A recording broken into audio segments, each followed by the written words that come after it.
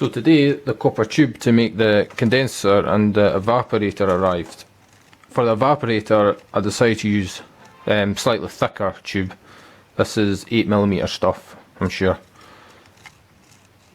And for the condenser I'm going to use 6mm tube. Condensers tend to be made out of thinner tube, from what I've seen. And these are just going to be made into not coils like this, but they're going to be coiled round and then put inside sort of like plastic Tupperware tubs with a good seal on top, and they'll exchange the heat with the water, and basically I'll be able to use the chilled water like for the aftercooler and the air compressor to make it better, or maybe as a mini air conditioner, because it should work quite well as an air conditioner. I had a Peltier one which consumed about 1000 watts and would probably move about as much heat as this vapor phase one that I'm about to build, which is going to consume maybe not even 100 watts. But we'll take this out to the shed and see what we can build with it. So I was thinking that the cold side could be coiled up inside this here, which will just sort of exchange heat with it. This one, this will be the hot side, the condenser.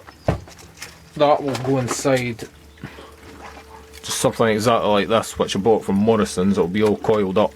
It was quite a tight fit, but at least that way it'll be more compact. So I'll get on with making that just now. I'll need to go down to the shop to get another one of those though. Hopefully they still sell them. I imagine they will. I'll get everything soldered together. And there's the condenser coil. It was just made by wrapping the tube around the pipe. I started just by putting a small length down the middle, and then I just wrapped it around. And there we go.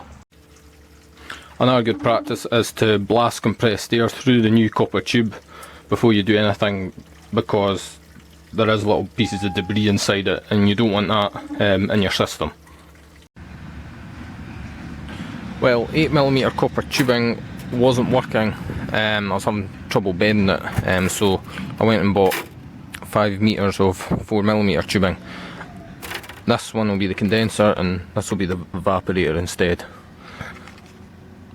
And I'll just wind the coil around that pipe there.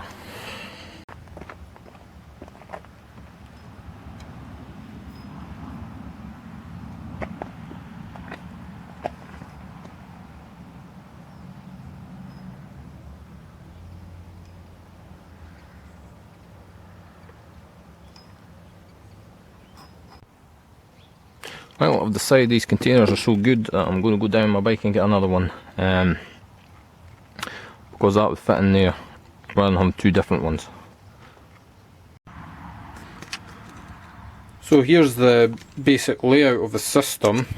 This is our condenser here, this is the evaporator, and this is a filter dryer with capillary tube, and that'll probably just sit here. We'll have the outlet, the high pressure outlet. It'll go down and go round and round, and it'll come up, and that'll go into the this end, the top end of the filter dryer, and it'll go to the capillary tube, and then the end of the capillary tube will go I think it's probably better to put it in there, and then it'll go down to the bottom, and then the liquid refrigerant will evaporate off, come out the top, and then that'll go into the suction line, and the cycle continues. So all I need to do is drill 2 more holes in each one for me to put in the water pipes, so I can actually use this like as an air conditioner, or to generate freezing cold water for the compressed air dryer, so I get even less water going to the tanks and whatever. So I'll get the holes made and then I'll get the whole thing soldered together.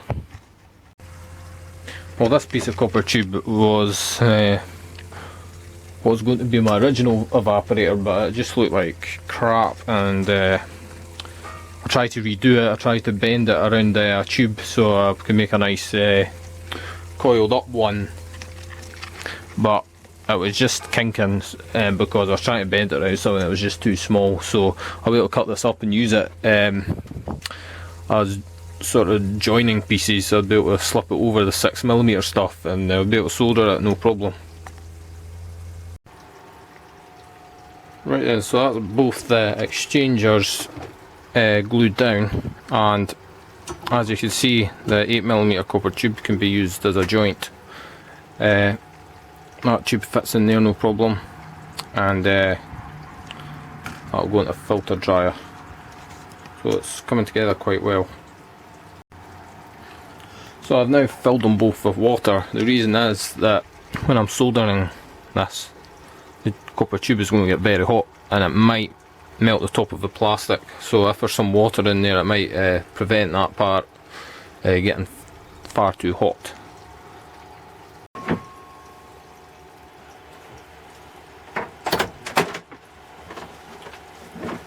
Right, so now we're ready to solder this.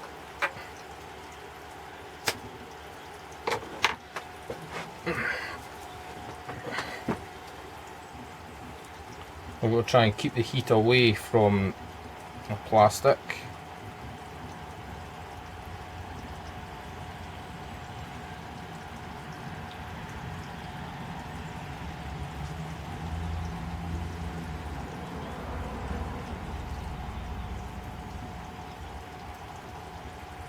I'm also trying to keep the heat away from right from close to the joint because it will oxidise. Right, so we're getting flowing solder now.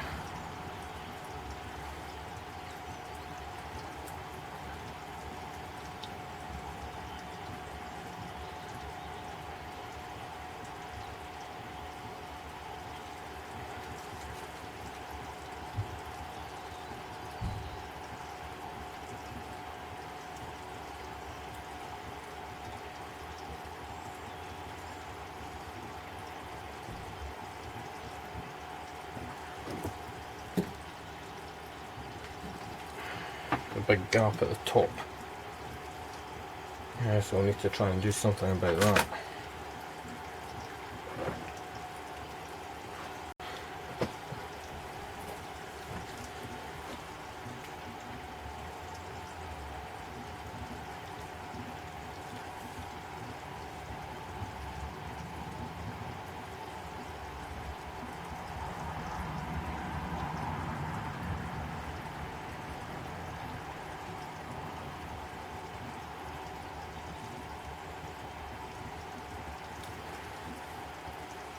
And once you get a little bit of solder on it and it starts to melt, it does conduct the heat quite well to the other half.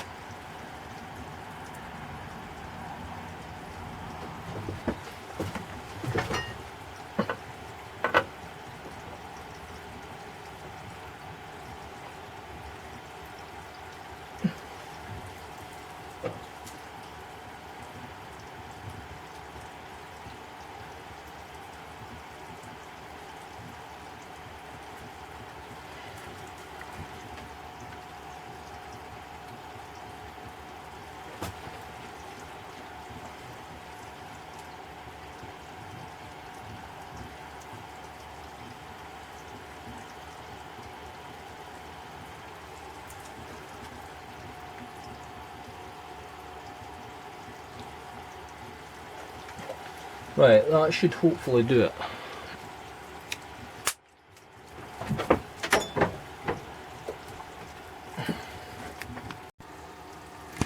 So now we just want to ensure that nothing's blocked. So that's the compressor on. So it's clearly able to suck and blow air without any obstructions.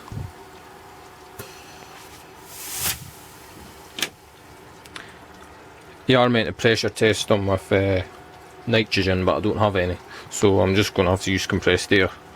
And I'll just put soapy liquid on it to give it its final check once I've soldered the rest.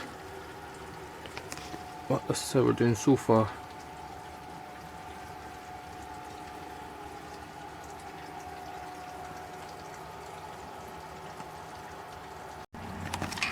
And now we need the end of the capillary tube to go into the evaporator. So what I've done is I've just crimped the side of that while the tube was inside, and then you just poke it in a good length after the crimp, and then what will happen is we'll solder that, and that's how I've seen it done, and that completes the loop. At first what I'm going to do is heat that dryer up again and pass the air through it just to get any remaining moisture out. So that's the whole thing completely put together. I know you're not supposed to do this, but it's pumping air just now. It's got air inside it. It's consuming 150 watts. Now if I turn on the vacuum pump, that I would imagine should go down.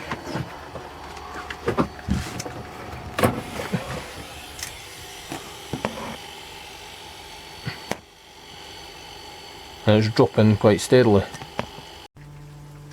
Right, so I've got it under vacuum just now. I had to cut the hose in half, but when I come to put refrigerant in it, I'll just join it with a piece of copper tube. So we've got this one sucking out the air, and then that's going to this one. But I've plugged that up, so like we're getting more vacuum power. I've just removed the oil cooling loop. I think there's still a wee bit coming out. It's been going for a good few minutes, so I'll leave it a bit longer. And I'll take that hose off very quickly, and it should be under good vacuum. But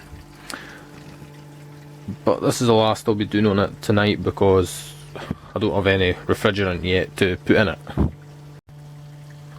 Right, so a fairly crude way that I'm going to use to ensure that the system is still under vacuum come tomorrow is that I'll look at the power consumption, which is sitting around 26 watts.